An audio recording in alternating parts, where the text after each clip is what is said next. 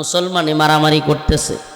অথচ আল্লাহ পাক বলছেন, আল্লাহ রসুল বলছেন, এক মুমিনের জন্য অন্য মুমিনের জান, মাল, ইজ্জত, সম্মান, রক্ত সবকিছু হারাম। সবকিছু কি? জান, মাল, ইজ্জত, রক্ত সবকিছু কি? তার মানে আপনি চাইলেই বাজারের মধ্যে এক মুমিন ভাইকে, মাহফিলের মধ্যে এক মুমিন ভাইকে বকা দিতে পারবেন, গালি দিতে পারবেন। এক মুমিন ভাইকে আপনি চাইলেই একটা জায়গায় কোনো একটু সমস্যা হয়েছে, একটু এদিক সেদিক হয়েছে, আপনি তার ইচ্ছা মতো মানুষের সামনে গালাগালি করলেন, বেইজ্জতি করলেন, এটা করা যাবে? বলেন, করা যাবে? প্রিয় হাজিরিন, করা যাবে না। কেন? কারণ তার তো সম্মান আছে। আচ্ছা, বাজারে সবার সামনে আমার যদি কেউ বকে, গালাই দেয়, আপনারা যদি কেউ গালি দেয়, তখন কেমন লাগে? একটু চিন্তা করেন, কেমন লাগে? আচ্ছা, আমনে আমার যদি খারাপ লাগে, তাইলে আমরা যারে দেই, আল্লাহ না করুক, আমরা যাকে দেই তারও কি খারাপ লাগে কি লাগে না? সেও বেইজ্জতি হয় কি হয় না?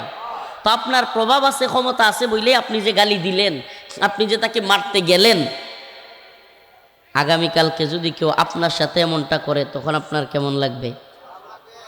এই জন্য আল্লাহ রাব্বুল আলামিন বলেন, ওয়াইন তাইফাতানি মিনাল মুমিনিনা ক্বাতাতালু ফাআসলিহু বাইনাহুমা।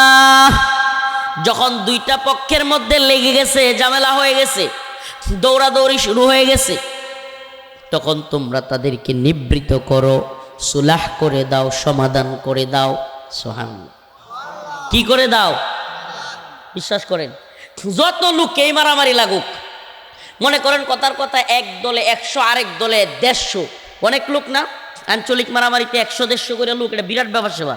5টা মানুষের রাগারাগি হইলে ফিরানো যায় না, কিন্তু ফিরানোর একটা সিস্টেম আছে। সেটা কি? মারামারিটা 100 লোকে করুক, এদের মধ্যে একজন লিডার আছে। কি আছে? প্রত্যেক গ্রুপেরই একটা প্রধান লোক আছে। হেরে যদি আপনি সিস্টেমে নিয়ে বুঝাইতে পারেন যে ভাই, আচ্ছা যাই হয়েছে না হয়েছে, আমরা বসবো, কথা বলবো, দয়া করিয়া এখন তাদের উপরে মাথায় আঘাত করিয়েন না, তাদেরকে মাইরেন না, এই কথাটা যদি বুঝাইতে পারেন, সুবহানাল্লাহ, তাইলে দুইটা পক্ষকে অন্তর থেকে খাঁটি নিয়ত করে, আবারও বলছি খেয়াল করেন, দুইটা পক্ষ লাগা যাওয়া অবস্থায় খাঁটি নিয়ত করে অন্তর থেকে কোনো মানুষ চেষ্টা করছে মিলায় দেওয়ার জন্য এবং ঝামেলাটা না হওয়ার জন্য, এবং সে এমন ফয়সালা করছে যাতে কইরা সুন্দর সমাধান হয়ে যায়। সূর্য যখন আরশে একেবারে নিকটবর্তী হয়ে যাবে বিচার দিবসে, গইলা গইলা চামড়া, রক্ত এগুলো পড়তে থাকবে, এত কাছে আসবে সূর্য, ওই দিন আল্লাহ পাক বিশেষ কয়েকটা শ্রেণীর মানুষকে আরশের ছায়ার নিচে স্থান দিবেন। কোথায়? ওই আরশের ছায়ার নিচে যে কয়টা দলের, যে কয়টা ক্যাটাগরির লোককে আল্লাহ জায়গা দিবেন, এর একটা হলো ওই বিচারক যে কিনা দুইটা বিবাদমান পক্ষকে একসাথে করে মিলাইয়া দিছে। চিন্তা করছেন? আর আমাদের অবস্থা কি? হুজুর কি আর মিলাইয়া দিব, হে ডিরেকে উস্কানি দে, তোরা তো কাইলে তুই যাস না মাজা, কয় কি কয় না, কানাকানি গিয়া কয় তোরা তো গাইলে থুইতেছে না, কয় তোরা বলি কিছুই করতে পারতি না। এরকম কিছু লোক আছে, কয় তোরা কিছুই করতে পারতি না বলি, তখন নিজে কিছু আগলা তাহে, হ্যাঁ আমি কিছু করতাম না মানে এখনই খুব মারবাম, আমি পারতাম না মানে আমার চিনে। এই যে একটু খোঁচা দিয়ে দিল, বিশ্বাস করেন এই টোটাল মারামারিটার পিছনে ওই লোকটার দায় কম না বেশি? একটু খোঁচা দিয়ে দিল। আমি যে আয়াতে কারিমা তিলাওয়াত করেছি সূরাতুল হুজুরাতের 9, এই আয়াত কেন নাজিল হইল, শানে নুজুল কি, এটা একটু আগে বলি। সাঈদ ইবনে জুবাইর রাদিয়াল্লাহু আনহু বলেন যে আউস এবং খাজরাজ গোত্রের মধ্যে দ্বন্দ্ব লাগছে, বড় একটা ঝগড়া লাগছে। ঝগড়ার বিষয়বস্তু হইল খেজুর গাছের ডালপালা কাটা। কি কাটা? আল্লাহ রসুলের জামানায়ও দেখা যায় খেজুর গাছের ডালপালা কাটা লইয়া ঝগড়া হইতো, এই জামানায় হইব। দেখেন আমরা যত দরবার করি, যত ওয়াজ নসিহত করি, যত মানুষরে বুঝাই, যা কিছুই করি, টোটালি আপনি ঝগড়া ফাসাদ সমাজ থেকে নির্মূল করতে পারবেন না। এটা মানুষের ফিতরা, মানুষ ক্ষুব্ধ হয়, রাগান্বিত হয় এবং লাগবেই। কিন্তু মানুষের মধ্যে লাগলে আমাদের করণীয়টা কি? একটা 3টা জিনিসের বিষয়ে বলি আপনাদেরকে। 3টা জিনিস আপনি যদি ভালো কাজে ইউজ না করেন, সুন্দরভাবে ব্যবহার না করেন, এগুলা খারাপভাবে হইলেও ব্যবহৃত হবেই। আমি মনে হয় বুঝাইতে পারিনি। মানে 3টা জিনিস এমন আছে যেগুলো আপনি যদি বৈধ পথে, মানে আল্লাহ পাক যেই পথ দিয়েছে এই পথে ইউজ না করেন, তাইলে এগুলো যে কোনো পথে গিয়া কাজে লাগবেই। এর একটা হলো ক্ষুধা। একটা কি? পেটের ক্ষুধা। মনে করেন কোনো ব্যক্তি সকালে খাইতে পারে নাই, দুপুরেও খাইতে পারে নাই, রাতেও খাইতে পারে নাই। এই লোক 3 বেলা না খাওয়ার পরে এই দিন সারা রাত চলে গেলে পরের দিন সকালে চুরি করে হইলেও খাইব। বৈধ পথে না খাইতে পারলে সে অবৈধ পথেও কি করবে? সেমভাবে। নাম্বার 2, যৌন চাহিদা। এটা একটা বিরাট ফ্যাক্ট। এটাকে অনেক সালাফগণ, অনেক বড়রা বলছেন যে এটাও এক ধরনের ক্ষুধা। আল্লাহ পক্ষ থেকে মানুষের যেমন পেটের ক্ষুধা লাগে, তেমনিভাবে খাওয়ার পরে বা বালেগ হওয়ার পরে শাহওয়াতের এক ধরনের ক্ষুধা আছে, যেটা প্রত্যেক নর এবং নারীর জন্য আল্লাহ প্রদত্তভাবে ফিক্সড করা। আল্লাহ তাআলা এটা প্রত্যেক পুরুষ এবং নারীর ভিতরে এই চাহিদা দিয়ে দিছেন। এটাও যদি বৈধভাবে ব্যবহার না করেন, বৈধভাবে কি? ফানকিহু মা তাবা লাকুম মিনান নিসা মাসনা ওয়া সুলাসা ওয়া রুবা। তোমাদের মেয়েদের থেকে যাদেরকে পছন্দ হয়, মহিলাদের থেকে তোমরা বিয়ে করো 1টা 2টা 3টা 4টা পর্যন্ত। তো এই যে আল্লাহ পাক রব্বুল আলামিন বৈধ পন্থায় বিয়ের কথা বলেছেন, যদি আমাদের সমাজে বিয়েকে আমরা সহজ না করি, বিয়েকে আমরা স্বাভাবিক না করি এবং যুবকদেরকে যুবতীদেরকে দ্রুত বিয়ে না দেই, তাইলে এই যুবক যুবতীরা অবৈধ পথে হইলেও, নাউজুবিল্লাহ, খারাপ পথে গিয়া হইলেও মেলামেশা করবেই। এটা হলো বাস্তবতা। আপনার একটা উদাহরণ দেখাই। আমি জানি না নরসিংদীর মানুষ ধান ক্ষেত বা ক্ষেত চাষ করে কিনা। চাষাবাদ করেন আপনারা? চাষাবাদ করতে গেলে জমিনের মধ্যে পানি দিতে হয়। কি দিতে হয়? এই চাষের ক্ষেতে যখন পানি যায়, এটা একটা ড্রেন বলে, ড্রেন। এই ড্রেন দিয়ে যখন পানি যায়, এই ড্রেন যেই ক্ষেতে পানি যাচ্ছে নর্মাল স্রোতে যায়, যায় কি যায় না? কিন্তু যদি কোথাও বাদ দিয়ে দেওয়া হয়, আটকে দেওয়া হয়, পরে এটা কি হয়? কি হয়? হ্যাঁ, ফুইলা যায়। তখন এটা যে কোনো দিকে যায় খালি। আপনারা বুঝাইতাম পারছি? বৈধ পন্থায় যদি যুবক যুবতীদের বিয়ের ব্যবস্থা না করা হয়, তাইলে এই যে স্রোত, এটা কিন্তু বন্ধ থাকতো না। ঠিক তেমনিভাবে নাম্বার 3, যে কথাটা বলার জন্য এই আলোচনাটা আনা, নাম্বার 3 হলো রাগ। রাগ কি? রাগ। রাগ প্রত্যেক মানুষের মধ্যে আছে, কম হোক বেশি হোক। ডায়াবেটিস প্রত্যেকের ভিতরে আছে, কম হোক বেশি হোক। রাগ কি? সকলের ভিতরে আছে। রাগ করবেই মানুষ, এ স্বাভাবিক। মানুষের রাগ করাটা এটা তার স্বভাবজাত, ফিতরা। কিন্তু এই রাগটাকে তাইলে বৈধ পন্থায় কেমনি ইউজ করবো হুজুর? বুঝলাম যৌন চাহিদা ইউজ করার একটা মাধ্যম আছে, খাওয়া দাওয়া, এটারও একটা বৈধ পন্থায় একটা চাহিদা পূরণ করার সিস্টেম আছে। কিন্তু রাগ আবার বৈধ পন্থায় কেমনে ব্যবহার করে? সুবহানাল্লাহি ওয়া বিহামদিহি। কুতিবা আলাইকুমুল কিতাল ওয়া হুয়া কুরহুল লাকুম আসা আন তাকরাহু শাই'আন ওয়া হুয়া খায়রুল লাকুম ওয়া আসা আন তুহিব্বু শাই'আন ওয়া হুয়া শাররুল লাকুম। আল্লাহ একটা পথ বাতলে দিয়েছেন, সেটার নাম হলো জিহাদ। সুবহানাল্লাহ। রাগকে বৈধ পন্থায় ব্যবহার করার সুযোগ একমাত্র কোথায় আছে?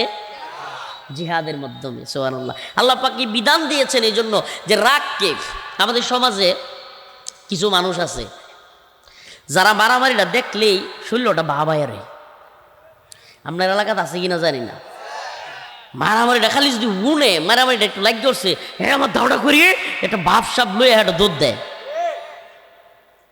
এই যে মানুষটা যার মধ্যে এই ভাব আছে, আপনি মনে করেন না যে এই ভাবটা এই যুগে আছে। এই ভাবটা সাহাবীদের যুগে মক্কায় আরো বেশি ছিল। আরবের মানুষরা ছিল যোদ্ধা জাতি, আরো বেশি। আরবের মানুষের, আরবের যুবক পোলা পায় যুদ্ধ না করতে পারলে নিজেরা কাপুরুষ মনে করতো। সুবহানাল্লাহ। তারা ছিল যোদ্ধা, এমনি যুদ্ধ করত। আরবের জিহাদ এত সহজ কেন ছিল? সুবহানাল্লাহ। এই পুরা পৃথিবীতে এই দিন বিজয়ী হয়েছে জিহাদের মাধ্যমে। সুবহানাল্লাহ। দিন বিজয়ী হয়েছে কেমনে? দিন নামাজ, রোজা, হজ, যাকাত বা এই আমলগুলো তো অবশ্যই গুরুত্বপূর্ণ দিনের, কিন্তু দিন বিজয়ী হওয়ার সিস্টেম হলো জিহাদ। রাগকে কন্ট্রোল করার, রাগকে ব্যবহার করার মাধ্যমে।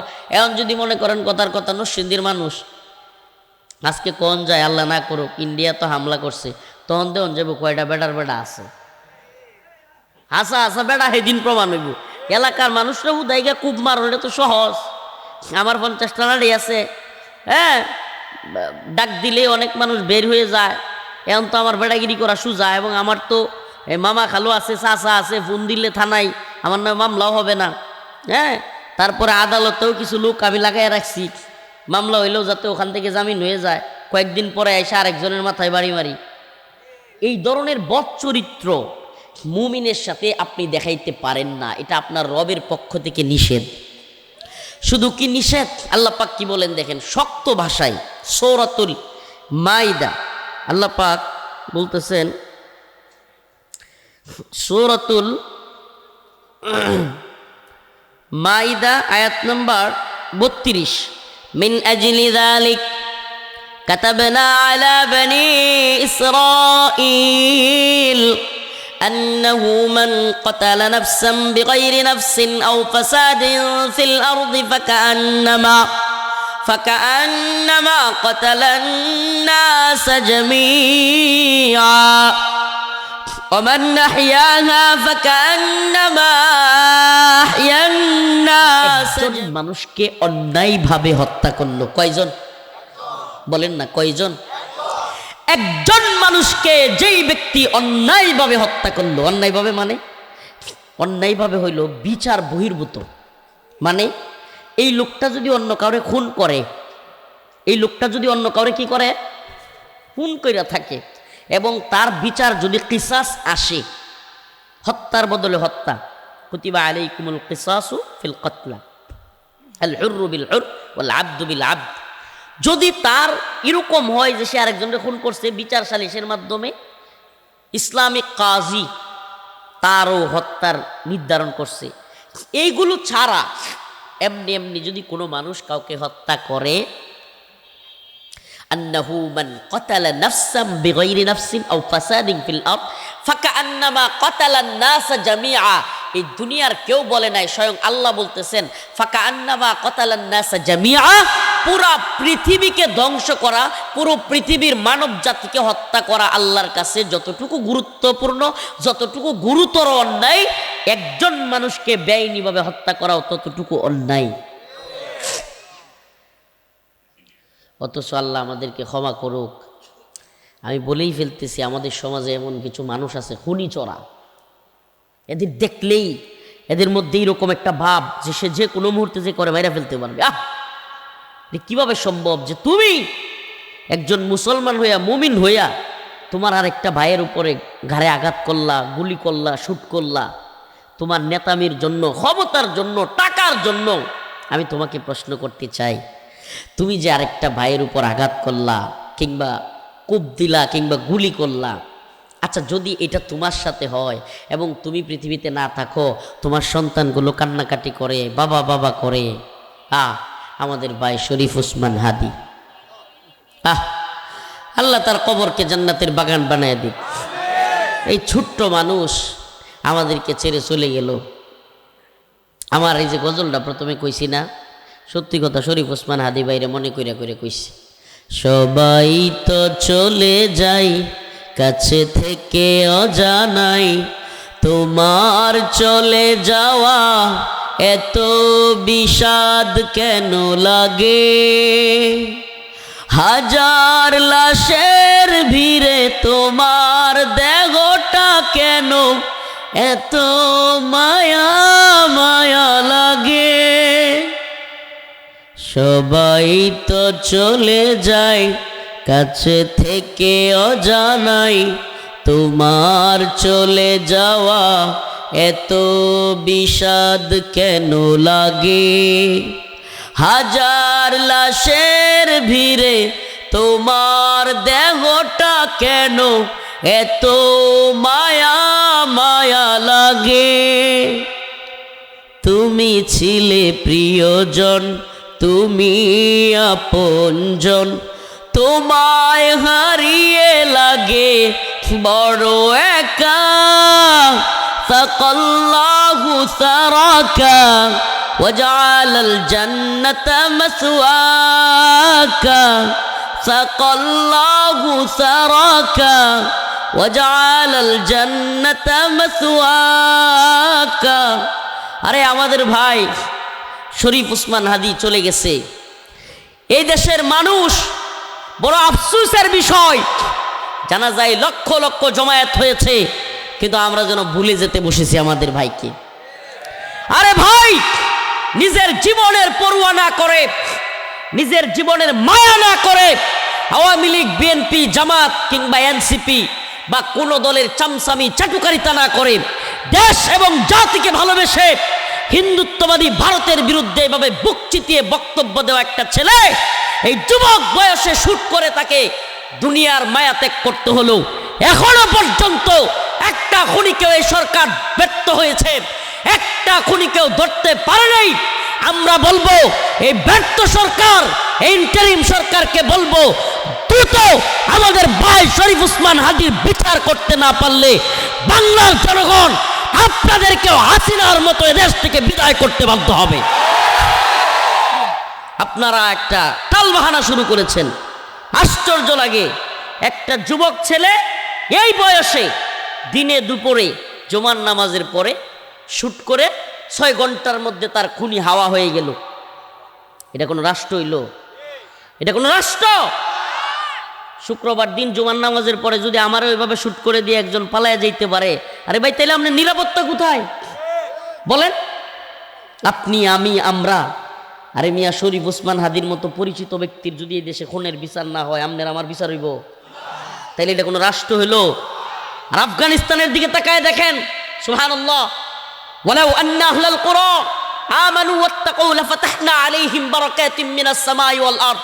আল্লাহ যে বলছে, যেই ভূমিতে, যেই জমিনে, যেই জনপদের লোকেরা আল্লাহর কোরআন দিয়ে নিজেদেরকে শাসন পরিচালনা করে, কোরআন হয় তাদের সংবিধান, যেই ভূমিতে আল্লাহর কোরআনের আইন চলে, তাকওয়া এবং খোদা বিরুতা থাকে, ওই জমিনে এত সময় নেওয়ার সুযোগ নাই। আর বাংলাদেশের এই পশ্চিমা আইন, এই তথাকথিত এই পশ্চিমাদের, ইংরেজদের সেই রেখে যাওয়া আইন এখনো পর্যন্ত রয়ে গেছে।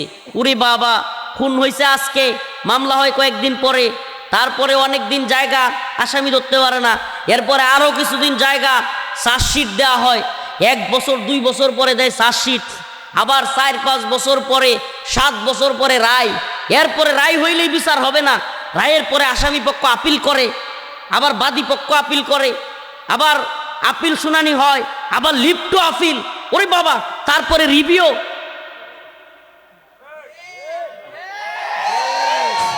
যেই লোকের বাপ মারা গেছে, যেই ছেলের বাবা মারা গেছে, বিচার চাইতে চাইতে হ্যাঁ বুড়া হয়ে যায়, এরপরও বিচার পায় না।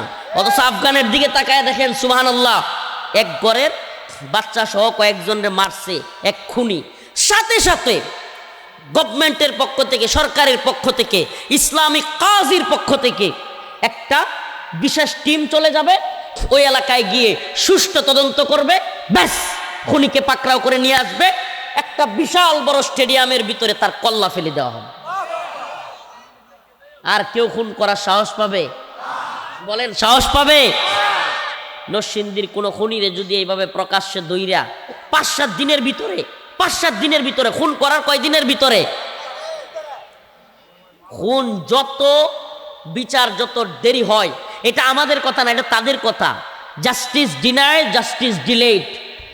যে সময় যত, বিচারের সময় যত যায়, বিচার তত নাই হয়ে যায়, আলামতগুলো ধ্বংস হয়ে যায়, আলামত পয়চা যায়, পয়চা, খুনের আলামত, অস্ত্র, এগুলা সব পয়সা যায়, নষ্ট হয়ে যায়, এরপরও বিচার হয় না।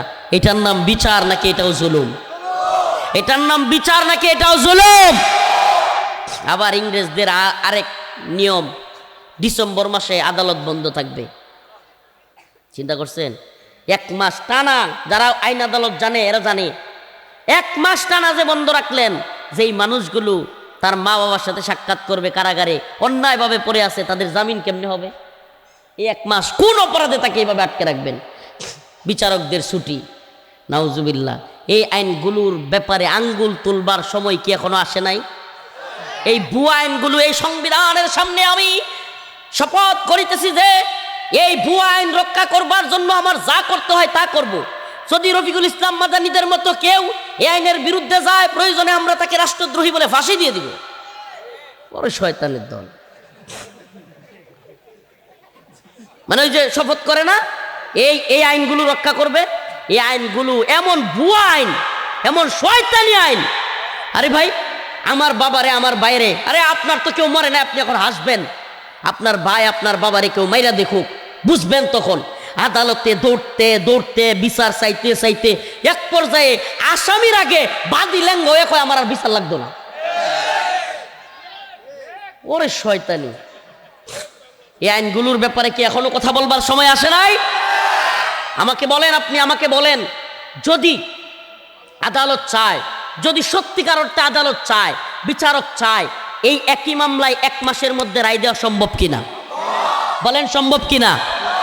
2 পক্ষের উকিল নির্ধারণ হবে, সাক্ষ্য আসবে, ঠাসঠাসি সাক্ষ্য নেওয়া হবে, ব্যাস সাক্ষ্য প্রমাণ রেডি থাকলে বিচার শেষ করে দেওয়া হবে। আরে মিয়া, প্রয়োজনে সুষ্ঠু বিচারের জন্য ছায়া তদন্ত করবে, সমস্যা কি? ছায়া তদন্ত করবে। সাক্ষীরা এক কথা বলতেছে, এটার সাথে মিলতেছে কিনা গোপনে 2-3 জনকে পাঠাইলে ওই এলাকায় সব দেখবেন মানুষ ফরফরায় বলে দিবে। ঠিক কি ঠিক না? প্রিয় ভাইরা আমার, এগুলা করবে না, এগুলা আপডেট করবে না, খুন সমাজের মধ্যে বাড়তেই থাকবে। আমাদের সমাজে আস্তে আস্তে খুন খারাপি বাড়তেছে না কমতেছে? চুরি, চিন্তায়, রাহাজানি, টেন্ডারবাজি, দুর্নীতি, সাদাবাজি কমতেছে না বাড়তেছে? আপনি এই দলের আর ওই দলের দোষ দিয়া লাভ কি হইব? আপনি কি মনে করছেন ক্ষমতার পালাবদল হইলে এগুলো সব চেঞ্জ হয়ে যাবো গা? না, এটা এই দল আর ওই দলের দোষ না, এটা সিস্টেমের দোষ। সিস্টেম আমি বুঝতেছি না, এটা সিস্টেম হয়ে গেছে। খারাপ লোকগুলো আজকে আপনার আমার বিচার ফাইসালা করতেছে। খারাপ লোকগুলো আজকে আমাদের সমাজের আদবার মাতবর হইতেছে। এটা কিয়ামতের আলামত, এটা কিয়ামতের আলামত। 2 দলের লাগাইয়া দিয়া তলে তলে 2 পক্ষের কাছ থেকে টাকা নেই, দান্দা করে। আমনে ঘরে লাগাই মনে হয় নাই? এক দল আরেক দলের লগে ঝগড়া লাগছে, এরেও গিয়া খুঁচা দেয়, পারে এ বড় বদমাইশ ফাজিল ছাড়বি না, হেডিরও গিয়া খুঁচা দেয়। 2 অর্ডারে লাগাইয়া দিয়া পরে একসাথে দরবার করে, কিছু টাকা খায়। আমাদের এলাকার একটা দরবারের কথা বলবো। এক দরবারের মধ্যে এক লোক 5,000 টাকা দিছে। কয় হাজার? 5,000 টাকা দিছে তার পক্ষে রায় দেওয়ার জন্য। আমাদের সমাজে, আমাদের সাধারণ মানুষের মধ্যেও আরেকটা আশ্চর্য সমস্যা আছে। সেটা কি? আমি আলহামদুলিল্লাহ পূর্বদলায় নেত্রকোনায় ছোট মানুষ হইলেও দরবার সালিশ কিছু করার সুযোগ হয়েছে, আল্লাহ তাআলা করছেন। মানুষ মনে করে যে হুজুর আসলে ভালো বিচার পাবো, অনেক সালিশে বিচারে গেছি। একটা বিষয় দেখলাম, আমাদের সমাজের মানুষ ন্যায় বিচার চায় না, আমাদের সমাজের মানুষ নিজের পক্ষের বিচার চায়। এটা আমি একবার সব বিচারক দিয়া দেখছি। ন্যায় বিচার চায় না, সঠিক বিচার চায় না, চায় কি? আমার পক্ষে বিচারটা কি হইতে হইব? আমার পক্ষে। তো এই জিনিসটা অবাক হওয়ার। এই কাজটা করবার জন্য যেই নেতা তার পক্ষে বিচার ফাইসালা দিবে, তারা টাকাও দেয়। কি দেয়? টাকা দেয়। কি জন্য? ন্যায় বিচারের জন্য না, যে আমার ন্যায়টা পাইয়া দেন এই জন্য না, আমার পক্ষে আসুক। রায় কি? তো এক লোক 5,000 টাকা দিছে, বাস্তব ঘটনা করতেছে। কয় হাজার? 5,000। এখন বিচার সালিশ সব শুরু হয়েছে। বিচার সালিশের এক পর্যায়ে যে 5,000 টাকা দিছে, এই দরবারের যে নেতা মাতবর, হে রায় দিছে উল্টা। এখন যে 5,000 টাকা দিছে, নেতার দিকে চায় একটু আড়াল থেকে। বুঝেন নাই? সিস্টেমটা বুঝেন নাই? এটা কি হলো, এটা কি হলো, মানে এটা কি হইলো, এমন করতেছে। এখন নেতা কয় কি করবো, 5-এ দরবার লয়ে গেছে গা 10-এ। নেতায় কি কয়? কয় কি করবো, 5-এ দরবার গেছে গা, মানে তুমি তো 5 দিছ, হ্যাঁ মেরে দিছে 10, বিচার শেষ। হাসতেছেন। অনেক মাজলুম মানুষ, কত কষ্ট, তার একটু জায়গা রাখছে, এই জায়গাটা জোর করে দখল করে লয়ে যাইতেছে গা, একটু ব্যবসা প্রতিষ্ঠান করতেছে, জোর করে নিয়ে যাইতেছে। এই বিচার পাওয়ার জন্য এই মানুষগুলো যখন এই দরবারীদের পিছনে ঘুরে, এরা এই মাজলুম মানুষগুলোর কাছ থেকে টাকা নিয়েও এদের উপর অবিচার করে, জুলুম করে। আল্লাহ তাআলা এদেরকে হেদায়েত দান করুন। এই ধরনের বিচার সালিশ যারা করবে, আল্লাহ তাআলা তাদেরকে গরম জাহান্নামের নরকের ভিতরে গরম পেরাক দিয়া, পেরাক লোহার পেরাক দিয়া, একেবারে লোহা একেবারে পুড়তে পুড়তে পুড়তে পুড়তে লাল হয়ে যায় না, ওই লাল পেরাক দিয়া একটা কার্টনের ভিতরে ওরে ঢুকাইয়া সব দিক থেকে পেরাক মাইরা ওই রকম আগুনের তক্তা দিয়া পেরাক মাইরা একবারে বাক্সবন্দি করে তারে বইরা রাখা হয়। কি বড় শাস্তি, কি কঠিন শাস্তি। আল্লাহ তাআলা আমাদেরকে এই ধরনের মাতবরি থেকে হেফাজত করুন। আরো জোরে বলেন আমিন। তো যে কথা বলতেছিলাম যে আল্লাহ তাআলার নির্দেশনা কি, আল্লাহ তাআলা বলতেছেন আন্নাহু মান কাতালা নাফসাম বিগাইরি নাফস ফাকান্নামা কাতালান নাসা জামিআ। যে ব্যক্তি কোনো ভাইকে, মুমিন ভাইকে হত্যা করলো, সে যেন পুরা জগৎকেই হত্যা করলো। আপনি চিন্তা করেন, একবার কল্পনা করেন তো, একটা লোক পুরা পৃথিবীর সব মানুষটা মাইরা ফেলছে, আল্লাহর কাছে এর বিচার কি কল্পনা করা যায়? তাইলে আল্লাহ বলতেছে, আল্লাহর কথা, এটা কিন্তু কোনো মুফতি মৌলানা কিংবা হুজুরের কথা না, এদেশের কোনো শাইখুল হাদিস বক্তা কিংবা কোনো তাবেঈ সাহাবী এমনকি নবীদের কথাও না, সরাসরি আল্লাহ বলতেছেন ফাকা আন্নামা কাতালান নাস জামিআ। সমস্ত মানুষকে হত্যা করার চাইতেও আল্লাহর কাছে একজন মুমিনকে হত্যা করার গুরুত্ব সমান। আবার আল্লাহ বলছে ওমান আহইয়াহা ফাকা আন্নামা আহইয়ান নাস জামিআ। আর যে ব্যক্তি এই বিবাদমান দুইটা গ্রুপ, এমন অবস্থা যে এই মুহূর্তে মনে হয় কূপ দিল কিংবা এই মুহূর্তে মনে হয় দুইটা গ্রুপ লাগিয়া গেল, এই মুহূর্তে যেই ব্যক্তি মাঝখানে গিয়া দুইটা গ্রুপের লিডারদেরকে লিডার খুঁজা খুঁজা বাইর কইরা মাথা উতা আতায়া, ভাই ভাই ভাই আমরা দেখবো, ভাই বিচারটা করবো, ভাই যাই হয়েছে না হয়েছে আমরা দেখবো, ভাই প্রয়োজনে দুইটা বকা খাবে। রাগ উঠলে কিন্তু অনেক সময় মাঝখানে গেলে কি করে গালি দেয়, ছট ছট বকা খাবে। তবুও যদি থামায়া দেয়, আল্লাহ পাক বলছেন পুরা জাতিকে বাঁচানোর সব আমি তার আমল নামায় দিয়ে দিই। আমরা তো এটা করতে চাই না। শুনেন, মান রাআ মিনকুম মুনকারান ফালইগাইরুহু বিয়াদি। আল্লাহ রাসূল সাল্লাল্লাহু আলাইহি সাল্লাম বলছেন যে তোমরা যদি কোনো খারাপ কাজ দেখো, তাহলে তোমরা প্রথমে হাত দিয়া সেটাকে বন্ধ করে দাও। সুবহানাল্লাহ, হাত দিয়া, শক্তি দিয়া বন্ধ করে দাও। যদি না পারো, হাত দিয়া বন্ধ করার মতো শক্তি নাই, তাইলে লিসানিহি, জবান দ্বারা, জিহ্বা দ্বারা অন্তত বলো যে ভাই এটা করিয়েন না, ভাই এটা করিয়েন না। নাম্বার 3, অন্তর থেকে হইলেও ঘৃণা করো। তাইলে অন্তর থেকে ঘৃণা কেমনে বোঝা যাবে? হুজুর আমি দুই দলে মিল্লা কোবাকুবি লাগছে, আমি আর ঘৃণা করি, আমি এটা পছন্দ করি না। হ্যাঁ, কিটকিটায় আসে মারামারি দিকে, হ্যাঁ কি করে আসে মারামারি দিকে, এর মধ্যে একটা জজ বাইছে। তাইলে কি বোঝা যায় এটা অন্তর থেকে ঘৃণা করলো? শুধু মারামারির ক্ষেত্রে না, যে কোনো জিনা, ব্যভিচার, খারাপ কাজ, সুদ, দুর্নীতি, ঘুষ, আরও যত ধরনের কাজ আছে, এগুলার সাথে যাদের শরিক আছে, যারা ইয়াবার ব্যবসা করে, ফেন্সিডিলের ব্যবসা করে, আমাদের যুব সমাজকে নাউজুবিল্লাহ কিশোর গ্যাং বানায় ফেলতেছে, অস্ত্র মাদক এরপরে এগুলো দিয়া আমাদের যুবকদেরকে ধ্বংস করতেছে। আমরা জানি কে শেল্টার দেয়, কে পিছন থেকে আমাদের যুবকদের হাতে কলম বাদ দিয়ে অস্ত্র তুলে দিচ্ছে, আমাদের যুবকদেরকে অস্ত্র ইয়াবা তুলে দিচ্ছে। সব যাই নাও যদি ওই লোকটারে বাহবা দেই, ওই লোকটারে অমুক ভাইয়ের চরিত্র ফুলের মতো পবিত্র বলি, তাইলে এটা কি অন্তরের ঘৃণা হইল? এটা অন্তরের ঘৃণা হইল? এটা অন্তর থেকে ঘৃণা হয় নাই। প্রিয় মুসলিম উম্মাহ, প্রিয় নরসিংদীর মানুষ, আজকের আলোচ্য বিষয় আবারও বলছি, আমাদের সমাজ থেকে খুন খারাপি কমাইতে হবে। কি করতে হবে? আচ্ছা, আল্লাহ রাসূল সাল্লাল্লাহু আলাইহি সাল্লাম বলছেন শেষ জামানায় সন্তান তার মায়ের সাথে অসদাচরণ করবে। আল্লাহ রাসূল সাল্লাল্লাহু আলাইহি সাল্লাম বলছেন শেষ জামানায় সন্তান তার মায়ের সাথে, বাবার সাথে কি করবে? আচ্ছা, আল্লাহ রাসূল কইছে এটা তো ওইব না, হইতো না। কিয়ামতের আলামত হইল খুন খারাপি বাইরে যাবে। তাইলে কিয়ামত যেহেতু হবে, এগুলো হবে না হবে না? আচ্ছা, তাইলে আপনি করে একটা প্রশ্ন, তাইলে রসুল কেন বইলা গেল? এগুলো বইলা গেছে এই জন্য যেন আমি আপনি এগুলো না করি। সুবহানাল্লাহ। রসুল বলার কারণ কি? আমি আপনি যেন আমার মা বাবার সাথে খারাপ আচরণ না করি। তাইলে বোঝা যাবে কিয়ামতের আগে খারাপ লোকগুলোর তালিকায় আমিও চলে গেছি। আমি আপনি যেন অন্য ভাইকে খুন না করি, আমি আপনি যেন জিনা না করি। কিয়ামতের আগে জিনা, ব্যভিচার বাইরে যাবে, বেপরদা বাইরে যাবে, পরকিয়া বাইরে যাবে। পরকিয়া বাড়ছে না বাড়ে নাই?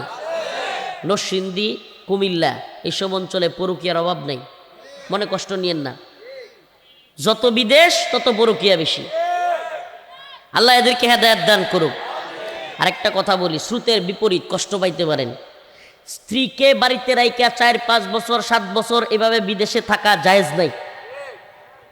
মুফতিয়ানে কেরাম ফতুয়া দিবে, মুফতিয়ানে কেরাম, বিজ্ঞ মুফতিয়ানে কেরামের কাছে জিজ্ঞেস করেন।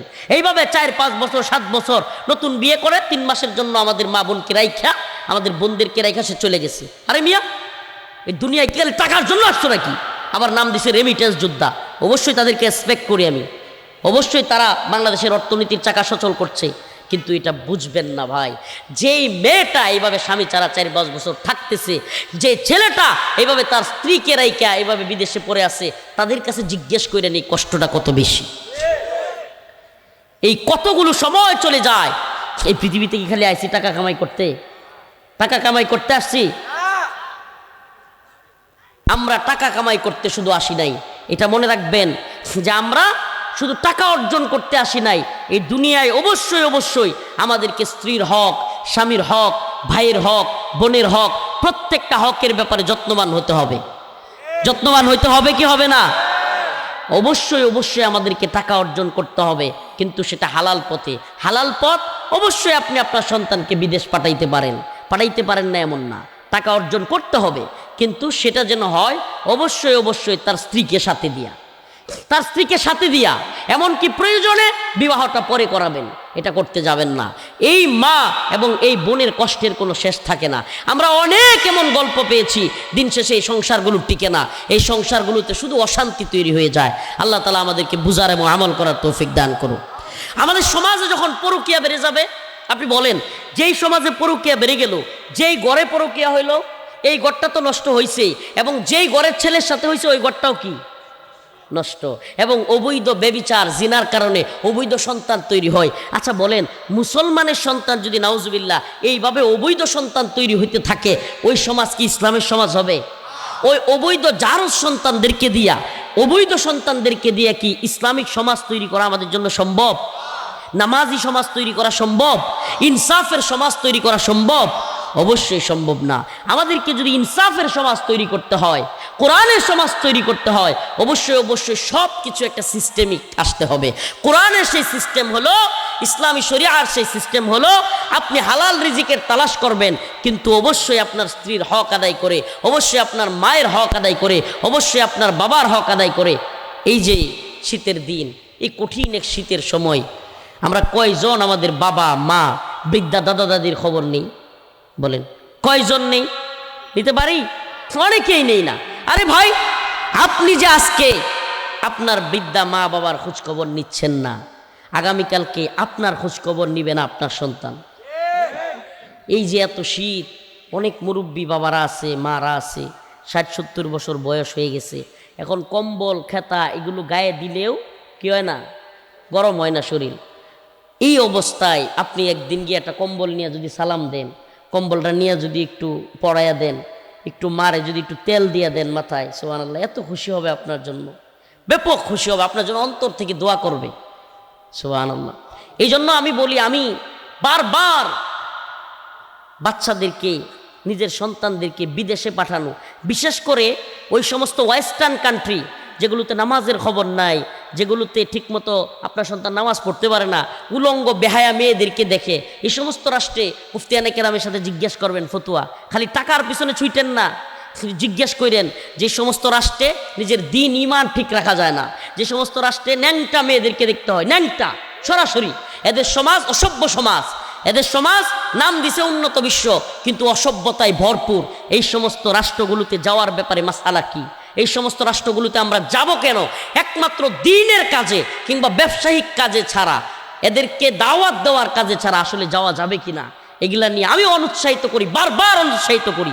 যারা ভিকটিম হয়েছে, যাদের পরিবারে এই সমস্যাগুলো হয়েছে, এরা বলতে পারবে এটার কষ্ট কত বেশি। আল্লাহ পাক আমাদের সবাইকে খুনের সমাজ থেকে, বৈষম্য এবং খারাপ সমাজ থেকে বাঁচিয়ে রেখে একটা ইনসাফের সমাজ গড়ার তৌফিক দান করুক। আরও জোরে বলেন আমিন।